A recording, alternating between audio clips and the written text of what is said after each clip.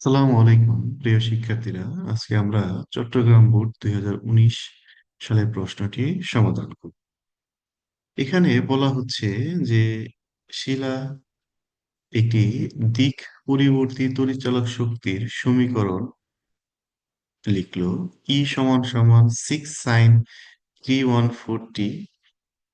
নাবিল বলল কার্যকর তড়িৎচালক শক্তির মান 6 ভোল্টের কম।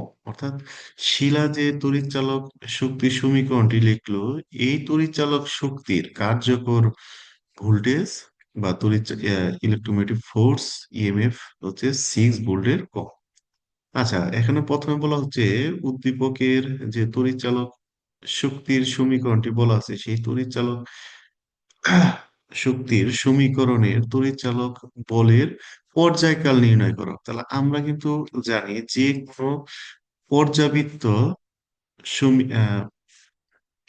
পর্যাবৃত্ত গতি তথা দিক পরিবর্তী প্রবাহের ক্ষেত্রে তড়িৎচালক শক্তির সমীকরণ ই সমান সমান ই নট সাইন ওমেগা টি।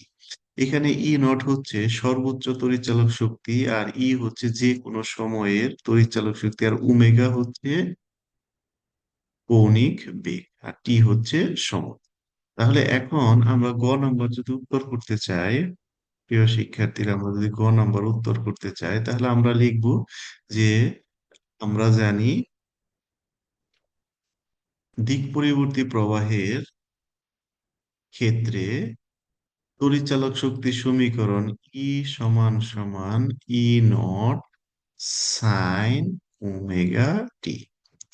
এটা আমরা এক নাম্বার দিয়ে লিখবো। এরপর আমরা লিখবো উদ্দীপক অনুসারে দিক পরিবর্তী তড়িৎচালক শক্তির সমীকরণ ই সমান সমান 6 sin 314t। এটা আমরা 2 নম্বর সমীকরণ লিখবো। এরপর আমরা লিখবো 1 নম্বর সমীকরণ ও 2 নম্বর সমীকরণ পর্যালোচনা করে পাই বা সমতা করে পাই ওমেগা সমান সমান 314। তাহলে ওমেগা দেখো প্রিয় শিক্ষার্থীরা, তাহলে ই নট মানে কত, 6 সাইনের জায়গায় ওমেগা মানে হচ্ছে 314 বা 314, আর টি তো টির জায়গায় আছে। তোমরা সবাই জানো ওমেগা সমান সমান হচ্ছে 2 pi divided by capital T, আর 314। তাহলে এখন আমরা জানতে চেয়েছে কি তারা পর্যায়কাল মানে ক্যাপিটাল টি। তাহলে এখান থেকে ক্যাপিটাল টি সমান সমান কত হবে, 2 পাই ডিভাইডেড বাই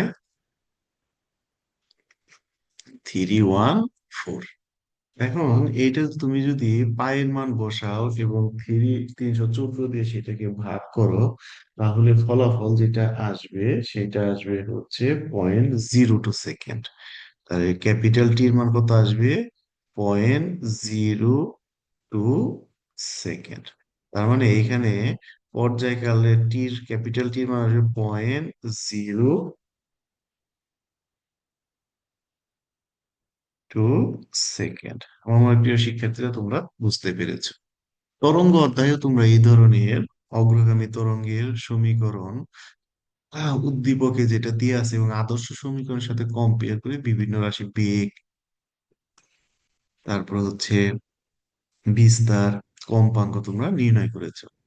এখন প্রিয় শিক্ষার্থীরা, তোমরা কিন্তু এই অধ্যায় পড়ার সময় জেনেছো যে দিক পরিবর্তী প্রবাহের পূর্ণ চক্রের জন্য গড় তড়িৎচালক শক্তির মান 0 হয়, কিন্তু আরএমএস অর্থাৎ বর্গমূলীয় গড় বর্গমান, সেটা তড়িৎ প্রবাহ মাত্রার ক্ষেত্রে হোক কিংবা তড়িৎচালক শক্তির ক্ষেত্রে হোক, সেটা কিন্তু 0 হয় না। এবং তোমরা জানো যেহেতু দিক পরিবর্তী প্রবাহের ক্ষেত্রে তড়িৎচালক শক্তি বা তড়িৎ প্রবাহ তড়িৎ প্রবাহ মাত্রার মান ক্রমাগত পরিবর্তন হয়, সেক্ষেত্রে কার্যকর তড়িৎচালক শক্তি বা তড়িৎচালক শক্তির মান, যে কোনো সময় তড়িৎচালক শক্তির মান বা যে কোনো সময়ের কার্যকর তড়িৎ প্রবাহের মান বলতে ওই বর্গমূলীয় গড় বর্গ মান, যেটাকে আমরা আরএমএস ভ্যালু বলি, আরএমএস বোঝানো হয়।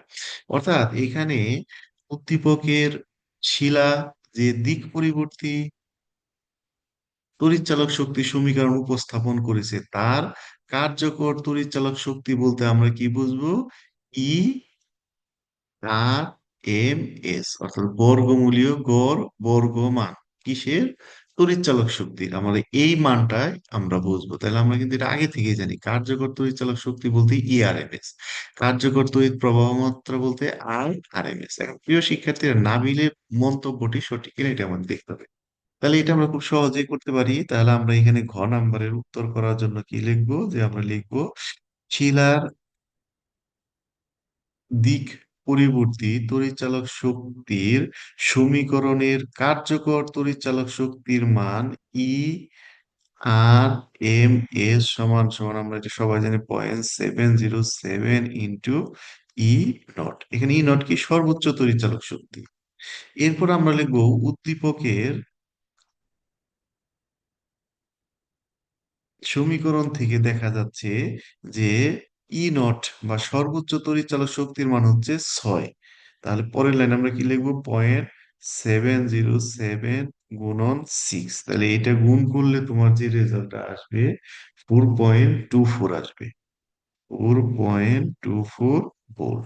তাহলে শিলা যে তড়িৎচালক শক্তির সমীকরণ উপস্থাপন করেছে, সেই তড়িৎচালক শক্তির কার্যকর তড়িৎচালক শক্তির মান কত আসলো? 4.24 ভোল্ট। এটা নিঃসন্দেহে 6 ভোল্টের চেয়ে কম, অর্থাৎ নাবিলের মন্তব্য সঠিক। আমার মনে হয় প্রিয় শিক্ষার্থীরা, তোমরা এই বিষয়টিও সহজেই বুঝতে পেরেছ।